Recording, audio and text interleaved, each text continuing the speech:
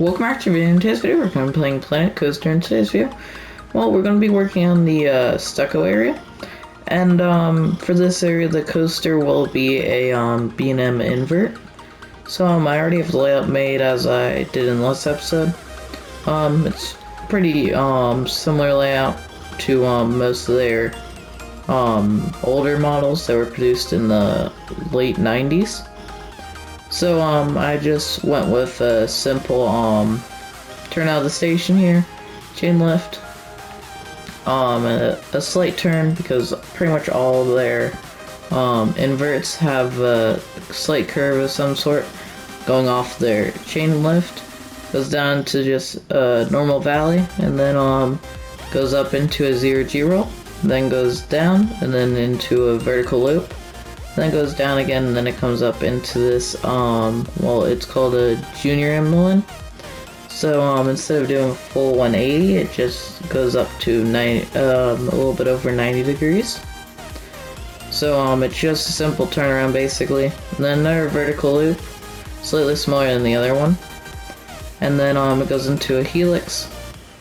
And then just a little bit of a twister section, so then come over here, which is the only real semi-unrealistic part of the ride, or at least it has been done on any other of any other coasters of this model, where the block is not, or is like not right there where the maintenance track is and storage tracks.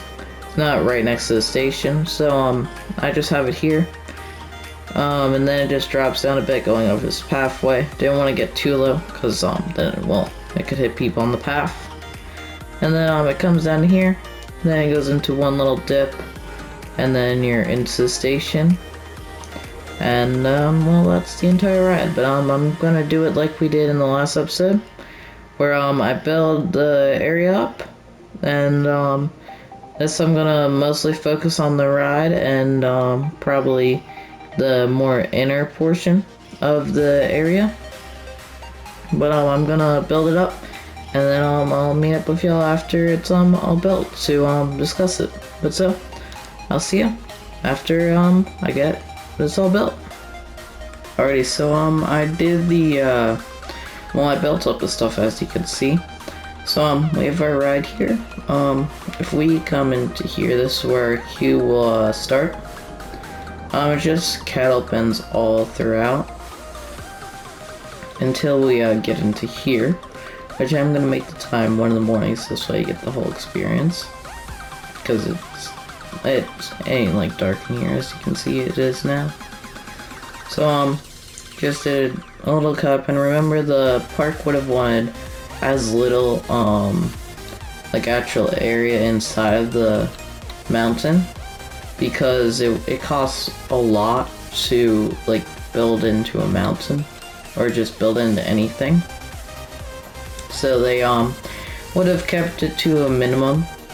So here's our station. The ride for what we have to do, or not have to do, but how the coaster goes, it just goes into this curve and then out through the top, and I made a track in here black, so this way it blends in with the darkness. And then if we come down to here, I put in lights everywhere. Come down the ramp here for handicap access. Oh, I do have to fix that little bit there. Then if we come down to here, this is where our gift shop is, and this is directly below the station. And then in here would just be area for different mechanics for the ride. And then I just pretty much copy and paste stuff over from the other gift shop. Added in a couple of more pots, storage items here, and like chests and barrels and stuff. I got rid of a couple of pots. And we have Looney Balloons and a Gestimoto in here, and then I just put in the queue line, following the queue line for the ride, and then this will just be a storage building in here. And I have rocks all throughout here, and I made it to where the coaster, you see the very beginning of the lift hill. So when you're exiting, you can see the ride start up, and then if you come out to here, just pretty much what I did in the queue of the scaffolding and rocks. Then we come out to here, which let me make it 10 o'clock again. We come out to here, just the path then goes up into here. And then obviously as we get the rest of the ride done, it will become more complete. And then I did custom supporting in places that needed it, so like right here, this is entirely a custom support.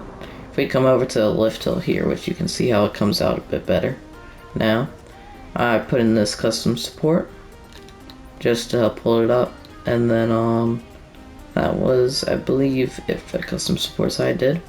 And then I didn't do a real proper maintenance area in the other ride because there's only one train.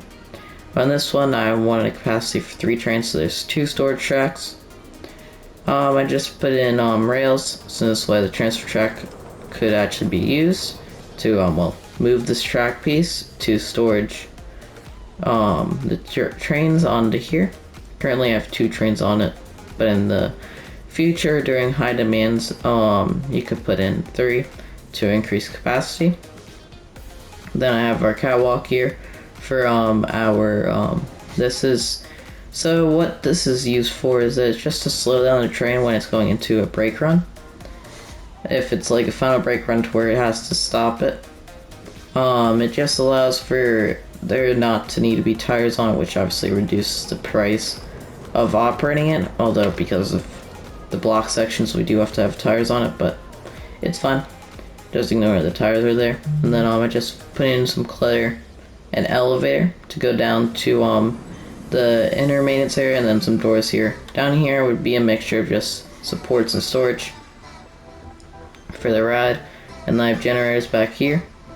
And then as this whole entire area develops up, you won't really be seeing the maintenance area from here, because what I'm gonna do, I think I'm gonna have the path follow along here, and then go down this hill, and then lead into the next area, which will be the desert area I've decided. And then well, that'll be pretty much it. I did put in this one flat right here, the Tri-Storm, and then I will put in a more kid-friendly flat ride over here. I haven't quite decided which one I'm gonna do yet. That'll decide in the next episode. And I want to do that because the desert area will be our kids area. But that'll be it for this episode. I do hope you've enjoyed. If you have, make sure to like and subscribe, and I hope to see you next one.